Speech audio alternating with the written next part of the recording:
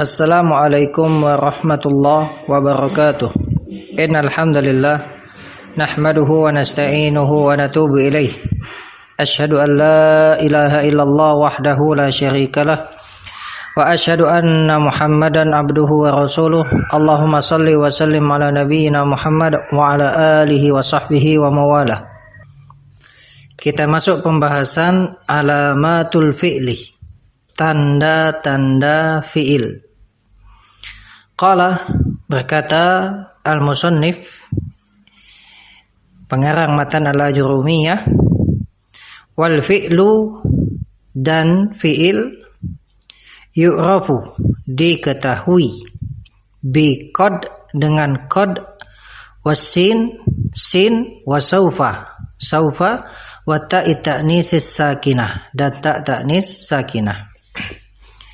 Jadi setelah beliau menyebutkan tanda-tanda isim yang dengan itu kita mengetahui bahwasanya suatu kata itu adalah isim, maka setelahnya beliau menyebutkan tanda yang menunjukkan bahwasanya suatu kata itu merupakan fi'il.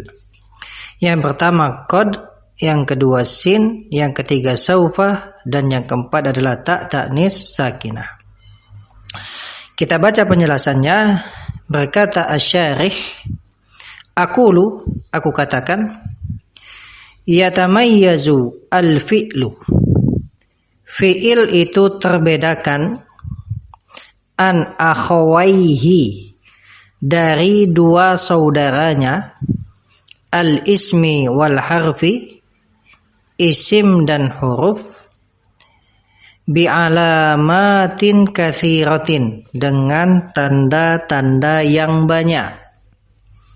Jadi kata beliau hafizahullah, fi'il itu dia terbedakan dari isim dan huruf itu dengan banyak tanda. Dzakaral musannifu, al-musannif yaitu pengarang matan al-Ajurumiyah menyebutkan minha, dari tanda-tanda tersebut, ha kembali ke alamah, ya, tanda-tanda tersebut, arba'an, 4, ya, arba'an maf'ulun bih. Jadi pengarang matan al-Ajurumiyah itu menyebutkan 4 saja dari tanda-tanda yang banyak tersebut. Al-ula, tanda yang pertama, qad. As-saniyatu, tanda yang kedua, as-sin.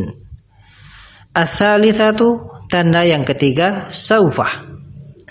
Ar-rabi'atu, tanda yang keempat, ta'u ta'nisi as-sakinatu, ta' ta'nis sakinah. Wa hadhil alamatu, dan tanda-tanda ini, qad, sin, saufa, ta' ta'nis sakinah, minha, di antaranya, ma yakunu, ada yang terletak fi awalil kalimati, di awal kata, ka, seperti qad, wasin, wasaufa, qad, sin, dan saufa. Jadi kalau qad, sin, dan saufa, dia merupakan tanda fi'il yang terletak di awal. Jadi dia mendahului fi'ilnya. Wa minha, dan di antaranya, di antara tanda-tanda tersebut, ma yakunu fi akhiril kalimati, ada yang dia terletak di akhir kata, ya. Ka, seperti ya ta'i ta'nis sakinah, ya ta' ta'nis sakinah. Nah, kalau ta' ta'nis sakinah dia terletak di akhir kata, di akhir fi'il. Famata ra'aita,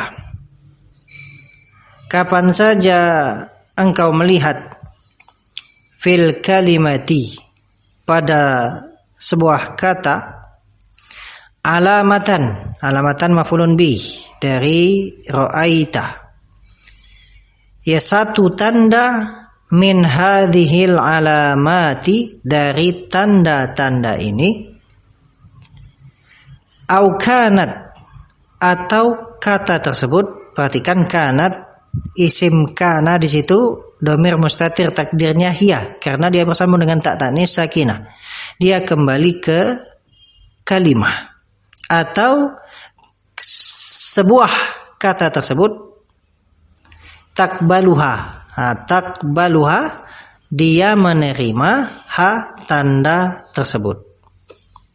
Jadi bukan hanya ketika kita dapati adanya satu tanda pada kata tersebut sehingga kita hukumi dia sebagai fiil, tetapi ketika kita melihat bahwasanya kata tersebut bisa menerima tanda fiil tersebut, kata beliau hafizahullah, hakamta 'alaiha, engkau hukumi kata tersebut bi annaha fi'lun, bahwasanya dia adalah fi'il. Ya, ini sama seperti pembahasan tanda isim. Fa amma qad, adapun qad, fa innaha alamatun, maka sesungguhnya dia adalah tanda. Alamatun khobar inna, makanya dibaca dengan dhammah rafa. Fa innaha alamatun, maka sesungguhnya dia yaitu qad adalah tanda. Tadkhulu, yang masuk. Nah, perhatikan di sini fi'il tadkhulu, fa'ilnya dhamir mustatir takdirnya hiya kembali ke alamah. Jadi yang dia masuk alal madhi wal mudhari'i, yang masuk pada fi'il madhi dan fi'il mudhari'. Jadi qad itu dia masuk pada fi'il madhi dan fi'il mudhari'. Kemudian beliau sebutkan makna masing-masing ketika dia masuk pada fi'il-fi'il tersebut. Fa in dakhalat 'alal madhi, maka jikalau qad tersebut masuk 'alal madhi pada fi'il madhi, dallat, dia menunjukkan ala ahadi maknayaini, menunjukkan salah satu dari dua makna. Ala ahadi maknayaini, dia menunjukkan satu dari dua makna. Ahaduhuma, yang pertama, at-tahqiqu, maknanya adalah tahqiq. Jadi yang pertama maknanya adalah tahqiq. Tahqiq itu penegasan. Ai tahqiqu wuqu'il fi'li, yaitu penegasan terjadinya fi'il. Jadi ini makna yang pertama. Ketika qad masuk pada fi'il madhi, maka di antara maknanya adalah menunjukkan tahqiq, yaitu penegasan. Penegasan apa? Yaitu tahqiqu wuqu'il fi'li, penegasan terjadinya fi'il. Artinya fi'il tersebut betul-betul telah terjadi, telah terwujud. Nahwu, contohnya adalah qad safara aliyun. Qad safara aliyun, sungguh Ali telah safar. Telah safar. Safar itu perjalanan jauh. Nah, di situ qad maknanya sungguh. Dia menegaskan terjadinya fi'il. Artinya di sini Ali itu sungguh telah safar, telah melakukan perjalanan jauh. Baik.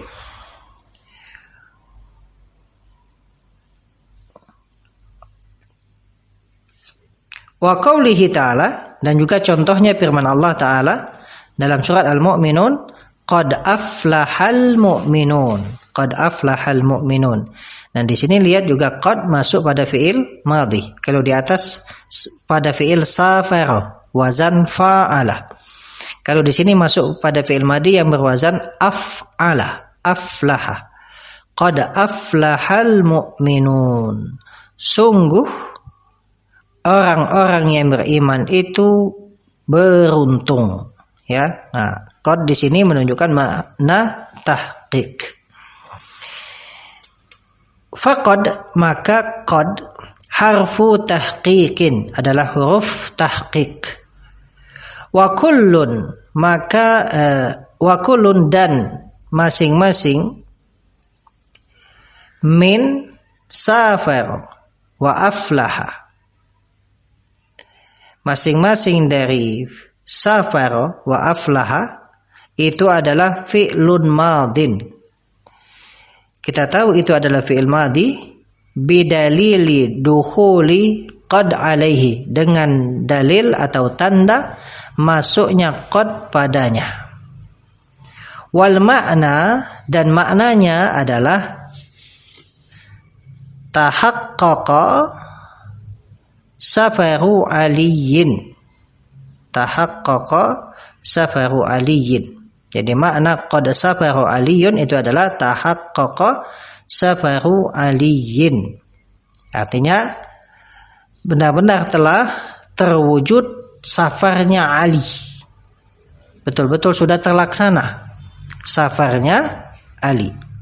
Wa falahul mu'minin, dan juga betul-betul telah terwujud, ya, terlaksana atau kemudian terwujud falahul mu'minin, keberuntungan orang-orang yang beriman. Jadi qad safara aliyun maknanya betul-betul telah terwujud, terlaksana safarnya Ali. Qad aflahal mu'minun, betul-betul telah terwujud keberuntungan orang-orang yang beriman. Baik, ini makna qad yang pertama yang masuk pada fi'il madhi, yaitu tahqiq. Baik, sebelum kita lanjut kepada makna yang kedua, kita lihat dulu i'rab dari kedua contoh ini. Kita lihat pada catatan kaki al-i'rabu. Qad harfu tahqiqin. Qad adalah huruf tahqiq. Wa safara fi'lun madhin mabniun alal fathi. Fi'il madhi mabni di atas fathah. Insyaallah ini sudah kita kenal dan sudah kita ketahui sebagaimana pada contoh-contoh sebelumnya. La mahalla lahu minal i'rab. Wa aliyun fa'ilun marfu'un bil fi'li. Ali adalah fa'il, dia dirafa dengan fi'il. Wa alamatu raf'ihi ad-dhammatu az-zahiratu ala akhirih. Tanda rafa'nya adalah dhammah zahirah pada akhirnya.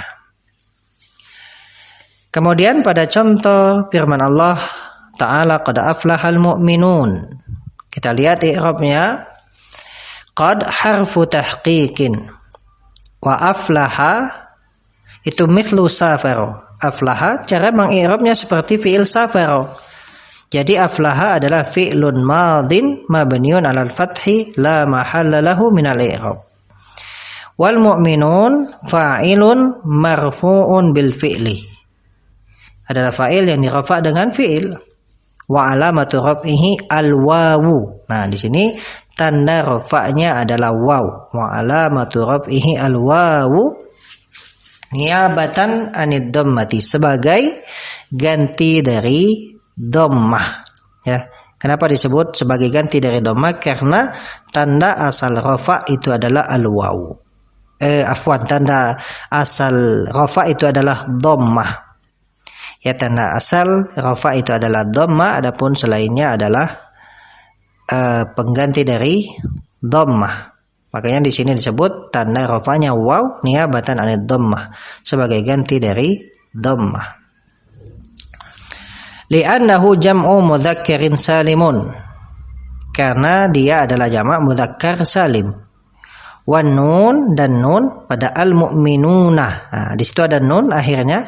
Nun di situ adalah iwadun anit tanwini, itu ganti dari tanwin fil ismil mufradi, pada isim mufrad. Ya kan, kalau isim mufrad mu'minun, tanwin mu'minun, tetapi pada jamak mudzakkar salim ya dia tidak ditanwin tetapi diganti dengan nun. Wan nun iwadun anit tanwini fil ismil mufradi.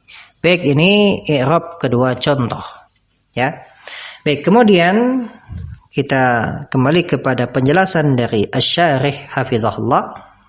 Ats-tsani, yang kedua, yaitu makna yang kedua dari qad yang masuk pada fi'il madhi, yaitu at-takribu. Takrib. Takrib itu adalah menunjukkan dekat atau hampir. Ai takribu wuqu'il fi'li, yaitu dekatnya atau hampirnya terjadi fi'il. Menunjukkan dekatnya terjadinya fi'il. Sehingga diterjemahkan ya hampir atau dekat. Intinya menunjukkan telah dekatnya atau hampirnya terjadinya fi'il tersebut. Nahwu contoh, qad qamatis sholatu. Nah, di sini qad qamatis sholat yaitu terkait dengan ucapan orang yang mengumandangkan iqamah. Perhatikan di sini orang yang mengumandangkan iqamah dia mengucapkan apa? Qad qamatis sholat. Ya, qad qamatis shalah. Itu fi'il madhi. Qamatis shalah, qamat itu fi'il madhi. Adapun taknya tak tanis sakinah, dia dikasrah karena melepaskan dari apa? Ketemunya dua sukun sehingga dikasrah. Nah, di situ qad. Nah, qad di situ kita perhatikan maknanya bukan tahqiq tetapi takrib. Karena orang yang mengumandangkan iqamah salatnya belum dilaksanakan, tetapi hampir dilaksanakan. Makanya qad di situ maknanya bukan tahqiq tapi takrib. Qad qamatis sholatu. Sungguh salat itu hampir dilaksanakan. Sungguh salat itu hampir dilaksanakan. Baik. Nah, ini yang kedua. Faqad, maka qad itu adalah harfu takribin, huruf takrib. Wa qama fi'lun madin, qama fi'il madhi, bidalili dukhuli qad alaihi, dengan tanda masuknya qad padanya. Ya, qama di situ kita tahu bahwasanya dia adalah fi'il karena masuknya qad dan dia adalah fi'il madhi. Wal makna, dan maknanya adalah qaruba waktu qiyamiha, telah dekat waktu pelaksanaan sholat. Jadi qad qamatis sholat maknanya adalah qaruba waktu qiyamiha, telah dekat waktu pelaksanaan sholat. Itu terkait dengan ucapan orang yang mengumandangkan iqamah. Baik, kemudian timbul pertanyaan, kan kalau masuk pada fi'il madhi menunjukkan dua makna, bisa tahqiq, bisa takrib. Sekarang bagaimana cara kita membedakan qad di situ bermakna tahqiq atau takrib? Maka kita lihat konteks kalimatnya. Dan memang untuk qad yang masuk pada fi'il madhi itu kebanyakannya bermakna tahqiq. Dalam penggunaannya kebanyakan qad yang masuk pada fi'il madhi itu bermakna tahqiq. Akan tetapi untuk kita bisa membedakan kapan qad maknanya tahqiq dan takrib, maka lihat konteks kalimat tersebut. Contoh di sini, ketika seorang muadzin yang dia mengumandangkan iqamah, dia menyatakan qad qamatis shalah, maka kita perhatikan yang dimaksud di situ adalah qad bermakna takrib. Kenapa? Karena kita tahu sholatnya belum dilaksanakan. Jadi yang dimaksud muazzin atau orang yang mengumandangkan iqamah itu ya adalah qad di situ bermakna takrib karena sholat belum dilaksanakan. Kemudian contoh yang berikutnya misalnya tadi kita lihat contoh pada yang mana tahqiq. Qad safara aliyun. Qad safara aliyun. Ketika orang mengatakan qad safara aliyun, kita lihat ketika dia mengucapkan tersebut apakah alinya sudah pergi atau belum. Maka ketika kita melihat Ali sudah pergi, maka kita ketahui bahwasanya maksud dari qad di situ adalah tahqiq, menunjukkan penegasan bahwasanya Ali benar-benar telah pergi, telah melakukan safar. Akan tetapi ketika misalnya orang tersebut mengatakan qad safara Aliyun, qad safara Aliyun, sedangkan Alinya belum pergi, ya, maka kita ketahui bahwasanya qad di situ maknanya takrib.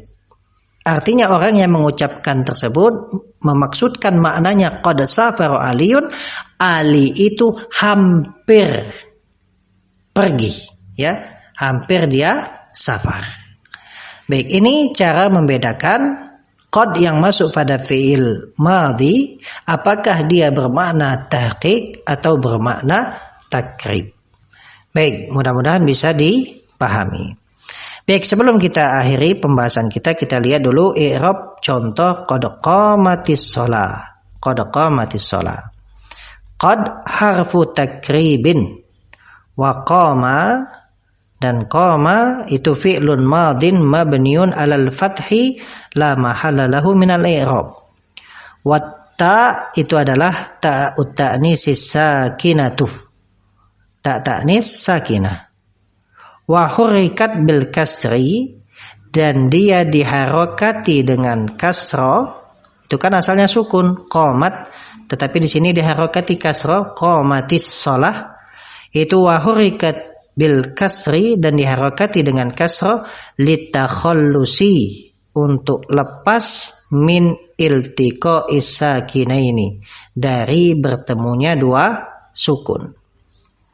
Was-sholatu, dan salat di situ fa'ilun marfu'un bil fi'li, adalah fa'il yang dirafa dengan fi'il, wa alamatu raf'ihi ad-dhammatu az-zahiratu ala akhirih, dan tanda rafa'nya adalah dhammah zahirah di akhirnya.